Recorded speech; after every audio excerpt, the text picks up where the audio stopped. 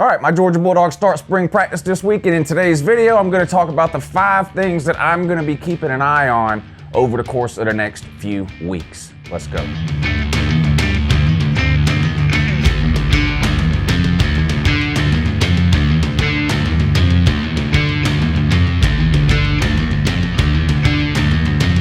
Hey, good morning, it's Uncle Lou here. Yeah, that's right, it's me, Uncle Lou, and I'm live for you on LouTube today. Thanks for watching. I really appreciate it also, and in addition to all that as well. Subscribe to the channel if you're new. I post college football videos almost every single day of the year, and sometimes, depending on who you ask, some of them are even watchable. Give this video a thumbs up if you're excited for the start of spring practice. Even if you're not a Georgia fan, all the teams are starting spring practice here pretty soon if they haven't already. And of course, that will culminate in 3 or 4 weeks when every team holds their annual end of spring practice game or spring game. So we'll have some actual football, actual college football, on the field college football to talk about over the next 3 or 4 weeks, which is a welcome change to the other stuff that tends to go on this time of year. All right, I'm going to talk about the 5 things I'm keeping an eye on with my Georgia Bulldogs during this spring practice. Some new players that are coming in, some key position battles, key players we lost last year that we really need to replace, areas we need to improve in heading into 2019 versus 2018. 5 things, let's go. Tyson Campbell and the cornerback position at UGA.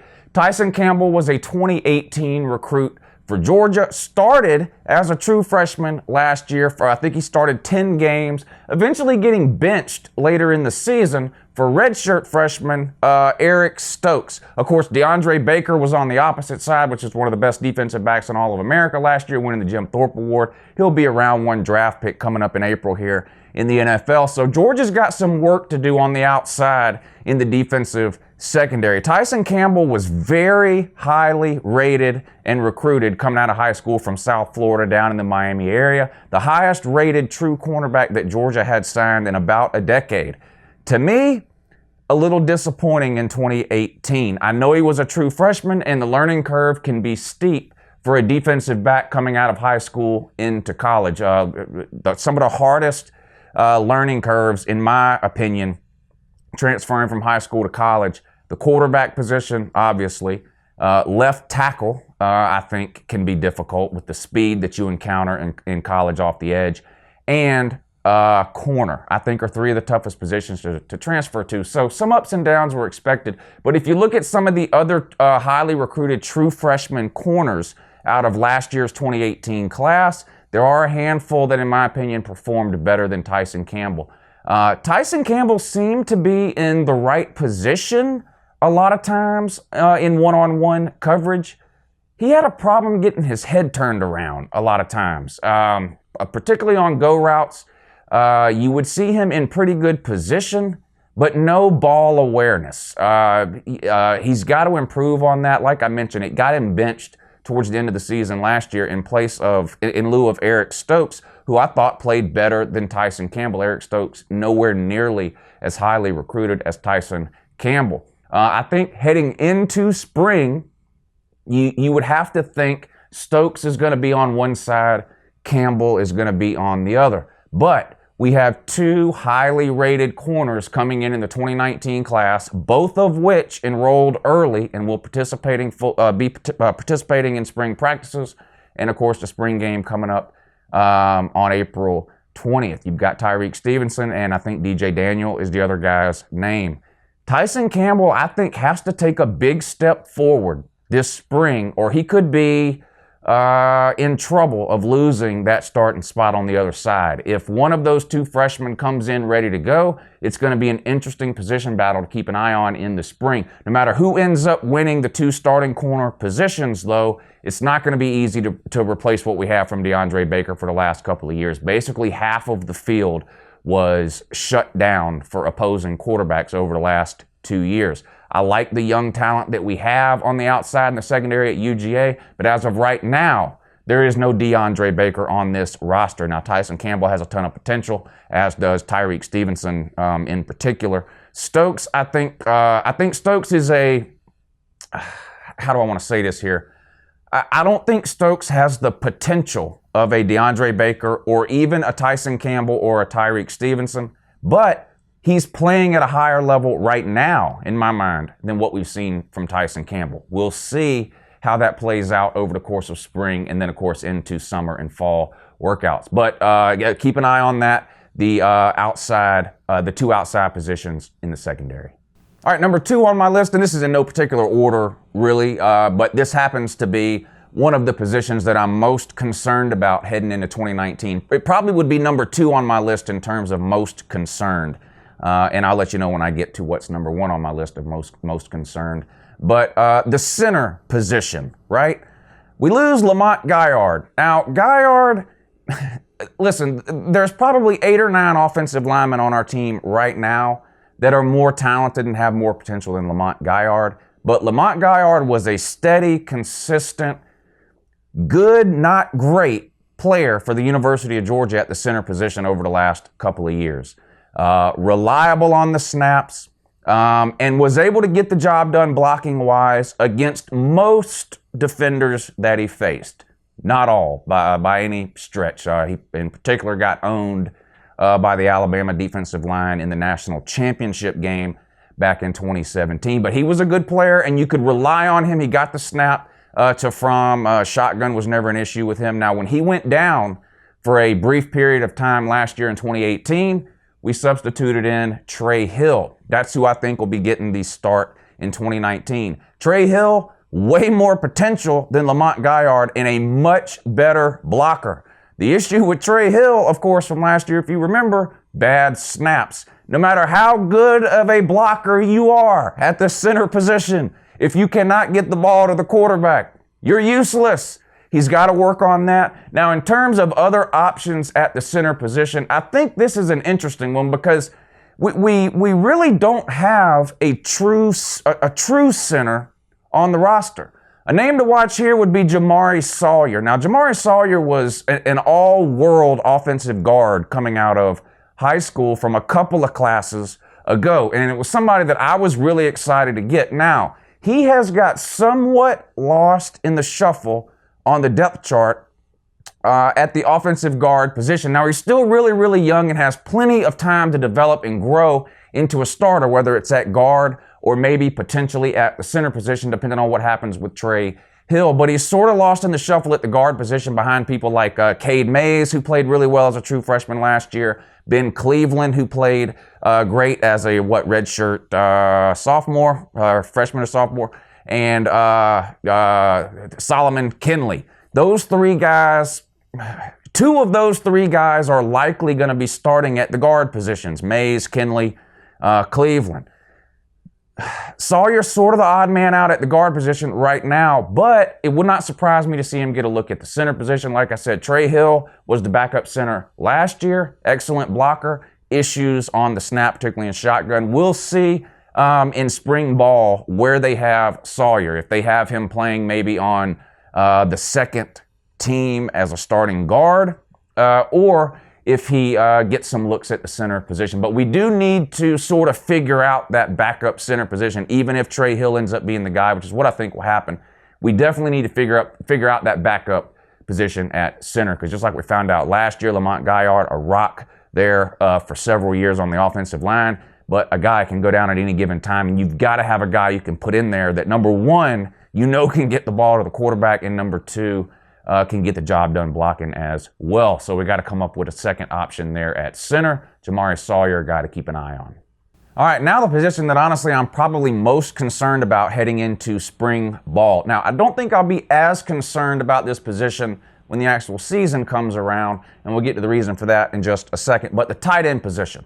Of course, we lose Isaac Nauta, who talent-wise is probably one of the best tight ends Georgia has had in a long, long time. He was underutilized, in my opinion. We tended to use Isaac Nauta as a 6th offensive lineman, as a third offensive tackle, more than we used him as a true tight end. I've been complaining for 2 years now about Georgia's lack of over-the-middle passing game, which is where tight ends tend to do a lot of damage with mismatches on linebackers or safeties that can't keep up with them speed-wise or athletic-wise. Isaac Nauta, I think, will be a starter at some point in the NFL. Not sure if he will start as a rookie and an all-pro team. I'm not saying that, but I do think Isaac Nauta has the talent to succeed in the NFL. If we lose him, he's gone. The only returning tight end Georgia has with any significant playing time at all is Charley Warner. And I like Charley Warner. He's had a lot of catches at the University of Georgia. He's a reliable guy. I do not think he has the talent of an Isaac Nauta. Luke Ford, the guy that was sort of waiting in the wings, he's transferred out. So that leaves us with Charley Warner really as our only returning tight end on the roster. You bring in Fitzpatrick, who I think will probably compete for playing time immediately. Another guy we have, Rylan Goede, Goede. I'm probably pronouncing his name wrong. He's got some talent too, but he's coming off an ACL injury, so I'm not sure how much of him we'll see in the spring. Probably none would be my guess. Now, I mentioned I won't be as worried heading into the season, and the reason for that is graduate transfer Eli Wolfe out of Tennessee. Now, this guy, he's no superstar, but he's got a ton of SEC experience, and that's really what we need at the tight end position more than anything else. I think Charley Warner is talented enough to give us the production, receptions-wise, that we're going to lose from Isaac Nauta, because like I mentioned, we haven't used the tight ends really in the passing game much at all over the last 2 years. Maybe that will change with a new offensive coordinator this year and Fromm going into his third year as a starter. We'll see. But if you're going on past behavior being a good indicator of future behavior, what we need is good, experienced tight ends who can block. And I think that's what we'll get with Eli Wolfe. It wouldn't surprise me at all to see him get some playing time if he's able to pick up the offense. And as a grad transfer, he doesn't have a season to learn it. He's got to pretty much learn it on the fly, quick, and he's not enrolling until the summer. So he won't be participating in spring practices. So for spring purposes, you're looking at pretty much Fitzpatrick and Charley Warner as being really the only two scholarship tight ends on the roster during the spring. All right, fourth up on my list, and this is the one that I'm most excited about, and it's Nolan Smith. This guy was the #1 rated recruit in America, depending on where you look. Of course, there's 4 or 5 major recruiting services. Nolan Smith was in the top 5 recruit, no matter which service you look at, and 24/7 had him as the #1 overall rated recruit. He comes to Georgia, an edge rusher, right? A defensive end / outside linebacker. And this is an area where we not only need improvement over what we had, but we lose the best of what we had in DeAndre Walker. He's gone off to the NFL. He's been our most productive outside pass rush guy over the last couple of years. And let's just be honest, Georgia fans, that's an area that we have struggled in. We've been terrible in it. Let's just call it what it is. I argued with a lot of you guys all during the season last year when we were dead last in the sacks in the SEC.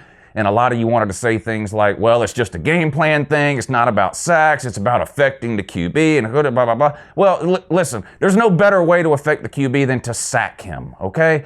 So to pretend that our pitiful sack numbers didn't matter or were somehow we were purposely weren't sacking the quarterback, it just made no sense. And any rational person that you read online, I'm talking about sports journalists, no matter that the site doesn't matter. Any rational sports person will tell you that this is an area that Georgia needs to drastically improve in. And Nolan Smith is a guy that can come in and impact that day one, in my mind. Like I said, it's not like we have a ton of productive talent returning when it comes to rushing the passer from the outside. We don't. Do I think he will start day one and be an every down player? Probably not, but I think you will see him on passing situations immediately. We'll see over the course of the season how much he's able to work himself into the lineup, but the guy is too talented, too good, and we need the help too bad to leave him on the sideline. We'll see him right away. We have a couple other young guys, too, that have been around for a year in Adam Anderson and Brenton Cox. Both of them showed flashes last year. Now, these two guys did last year basically what I expect Nolan Smith to do this year, which is play on a lot of passing downs. But this year, Adam Anderson and Brenton Cox, I think, are going to have to see a lot more playing time, more of an every down type of player. We've also got some guys coming on the inside at the linebacker position, most notably Nakobe Dean, a couple of others too. There's reason to be excited about Georgia's linebacker situation. Not a whole lot of reasons to be excited about the returning talent, but the young, inexperienced talent. Well, let's put it this way. The potential at the linebacker position at the University of Georgia right now is as high as it's been in a while, right? Do we have a Leonard Floyd on this roster? We need one, and we'll find out. Do we have a Lorenzo Carter? Do we have a Roquan Smith? No. Now, I've seen some Georgia fans say that we've got 2 inside linebackers on our roster now that have the potential to be as good as Roquan Smith.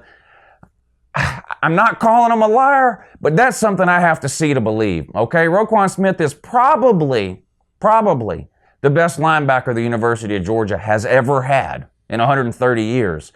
The likelihood of us having 2 of those on our team at the same time this year, 2 years after we lost Roquan, not very high. But I don't think we need to have 1 or 2 Roquans to have a good defense. But we do need improved play from the inside linebacker position. We lose Natrez Patrick. He can smoke weed as much as he wants now without the NCAA or the University of Georgia Athletic Department giving him random testing. You got Tay Crowder coming back. Nate McBride, where's he's been, no one's seen this guy since they enrolled, unless you're one of these people that really pays attention to the punt coverages and things like that.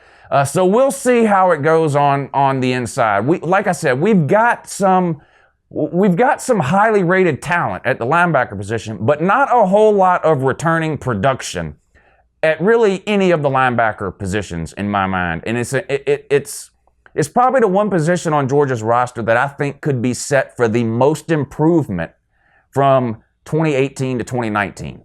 I think we're going to see some improvement in a couple of different position groups on both sides of the ball. But I think the potential for improvement is the greatest at the linebacker position at the University of Georgia for 2019, and that'll be another thing that I'm keeping an eye on this spring. All right, and last but not least, like I said, these are in no particular order of things that are interesting to me to keep an eye on for Georgia's spring practice this year. The wide receiver position. Now, there's been a whole lot written and said about the Georgia wide receiver position over the last couple of years, really, and not a lot of it has been good. I think Georgia has probably the most talented group of wide receivers, top to bottom, that they've ever had. The problem, if you want to call it a problem, is that we have relied, in my opinion, way too heavily on the run. Now, Georgia is at a point right now, talent-wise, where they're able to just line up and run vanilla, basic offenses against the majority of the teams we play in the SEC East and win the games by 3 touchdowns. This isn't a trash talk video. But you watch Georgia play teams like Tennessee, Vandy, Missouri, South Carolina, Kentucky. You're going to see Georgia with the ability to line up and just push them around and run basic vanilla offenses. And that's what Georgia has done over the majority of the last 2 seasons.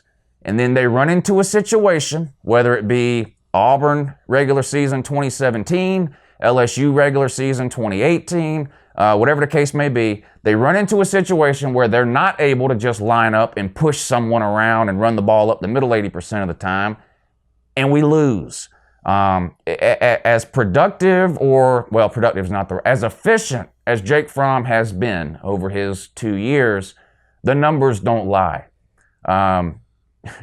We are winless in the last 2 seasons when we average less than 4 yards per carry. Okay? Winless. We are winless when Jake Fromm has 30 or more pass attempts. What does that tell you? To me, it says that if a team can shut down the running game, Fromm has yet to show the ability to put the team on his back and win a game on his own. I'm not saying he can't do it. I'm saying he hasn't done it yet. He's had some great games. The Florida game last year, one of the best games he's ever had.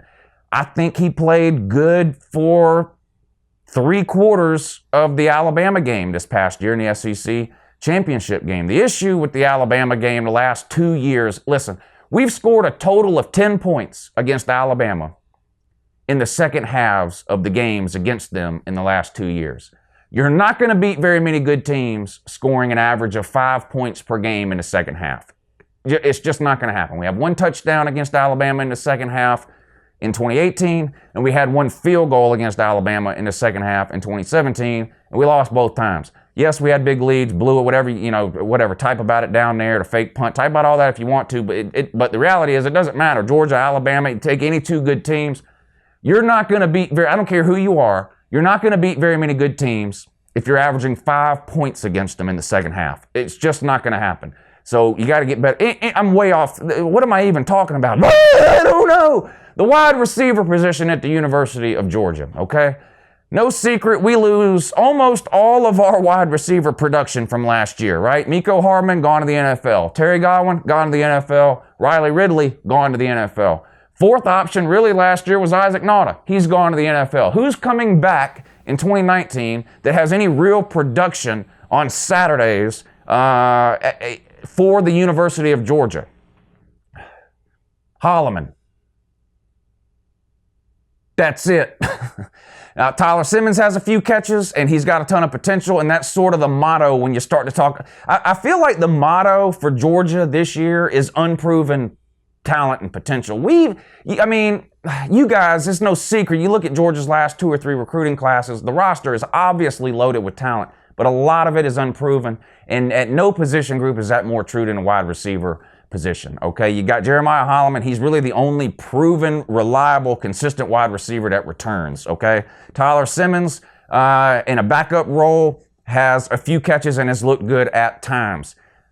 The rest of the names on Georgia's wide receiver list are players you've never seen catch a pass in the college level, or at least not for the University of Georgia. Names like Tommy Bush, Matt Landers, Kyrus Jackson, 2 young guys coming in, Blaylock and Maika Tung. I'm sorry, I had to look that up. But the point is, a ton of 5-star and very highly rated 4-star recruits have come in at the wide receiver position at the University of Georgia over the last couple of years, but they've been buried on the depth chart behind all those guys I mentioned that just left. Riley Ridley, Mecole Hardman, Terry Godwin was a 4-year starter, right? Isaac Nauta's been the go-to guy at tight end over the last 3 years, really. Warner has played good as well, and he returns. But anyway, the point is, and Demetrius Robertson, right? And yes, Demetrius Robertson has some college experience and had a really good year his freshman year in the Pac-12, okay? Last year at the University of Georgia, he couldn't even get on the field. And when he did, he couldn't catch a pass. I'm going to go out on a limb, though, and I'm going to say that Demetrius Robertson is going to have a huge 2019 for the University of Georgia. And if you've been following Uncle Lou or LouTube or this channel for a while, then you know that I'm not the biggest Demetrius Robertson fan on the face of the earth. I don't like the way he handled his recruitment originally out of high school. He put it off for a couple of months. February came and went. He didn't sign anywhere. Then he holds the big rigmarole at the College Football Hall of Fame in Atlanta when he was supposed to go to Georgia, and instead he takes the sheet off the picture, and it's an upside-down Cal poster, and he goes to Cal, excels there year 1, injuries year 2, and didn't play a lot, announces he wants to transfer, and instead of just saying, my mother is sick, I'm from Georgia, my mom is sick, I'm transferring, I need to come back to Georgia. Instead of doing that, which is the right thing to do, you've already been through the whole look at me thing with his recruitment the first go around. No reason to do it again, but he did it anyway. He released a top 5 list or whatever it was of places he was looking to go. Alabama was on the list. West Virginia was on the list.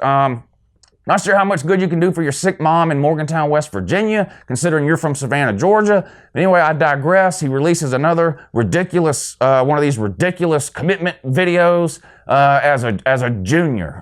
This just made no sense. But anyway, he's fast and he's talented. Okay, him and Miko would be a good race. He's one of those type of players. He's undersized. He's teeny. I think you're looking at him as a slot position player. I think, especially when you look at the height that Georgia has at the wide receiver position coming in.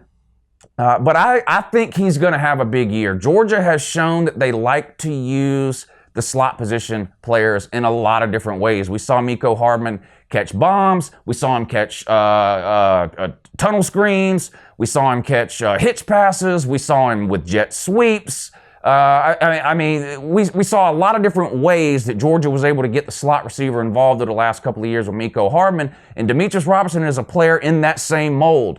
And I think you'll see him start, and I think he's going to have a productive season. Now, the outside positions are a different question. Jeremiah Holloman has been good. Now, one thing to keep in mind about Jeremiah Holloman is he was going against every team's worst defensive back.